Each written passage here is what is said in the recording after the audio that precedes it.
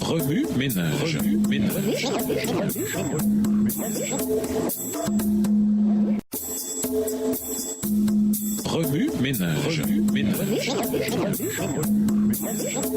Bienvenue dans votre émission. Remue ménage. Nous voilà à la leçon de lundi, une autre étude sur le mariage. Lisons Genèse 2, le verset 18. Genèse 2, verset 18. L'Éternel Dieu dit, « Il n'est pas bon que l'homme soit seul. Je lui ferai une aide qui soit son vis-à-vis. » Ordonné par Dieu, le mariage est une institution sacrée où il ne faut jamais s'engager dans un esprit d'égoïsme. Ceux qui envisagent de prendre une telle décision doivent, avec sérieux et prière, apprécier son importance et rechercher le conseil divin pour savoir s'ils agissent en harmonie avec la volonté de Dieu. Les instructions données sur ce point par la parole divine doivent être prises en considération. Le ciel éprouve de la joie lorsque mariage est contracté avec la détermination chez les époux de se conformer aux directives fournies dans les Écritures. La compagnie et même le mariage sont très importants car ils aident parfois à relever des défis extérieurs et intérieurs qu'il serait impossible de relever tout seul. Bien des gens veulent se marier en raison de nombreux avantages d'une telle union. Mais ces avantages s'accompagnent aussi de défis qui s'amplifient lorsqu'on se marie sans s'y être préparé. De nombreuses personnes se précipitent dans des relations pour lesquelles elles ne sont absolument pas prêtes. Une personne de moins de 20 ans n'est guère à même de choisir pour la vie un compagnon, une compagne du même âge. Une fois que le jugement a mûri, on se voit liés l'un à l'autre jusqu'à la fin de ses jours et peut être tout à fait inapte à se rendre mutuellement heureux. Mieux vaut rester célibataire que de s'engager dans un mariage mal assorti. 1 Corinthiens 7, versets 8 et 9. Le choix d'un conjoint pour la vie doit être tel qu'il assure le bien-être physique, mental et spirituel des parents et des enfants afin de leur permettre d'honorer ensemble leur Créateur et d'être en bénédiction à leurs semblables. La plupart des gens pensent que le mariage ne consiste qu'à honorer le conjoint. Ils oublient qu'il consiste avant tout à honorer Dieu. C'est une erreur de penser que le mariage relève du couple et pas de Dieu. 1 Corinthiens 7, les versets 32 et 33. Le mariage ne relève pas seulement de ce que le mari ou la femme désire l'un de l'autre, mais aussi ce que Dieu désire d'eux. Remue ménage, comment puis-je me préparer à m'unir à une merveilleuse personne qui, un jour, m'aimera? Selon les normes bibliques, qu'est-ce qui rend un mariage merveilleux? Au revoir. Et à demain si Dieu veut.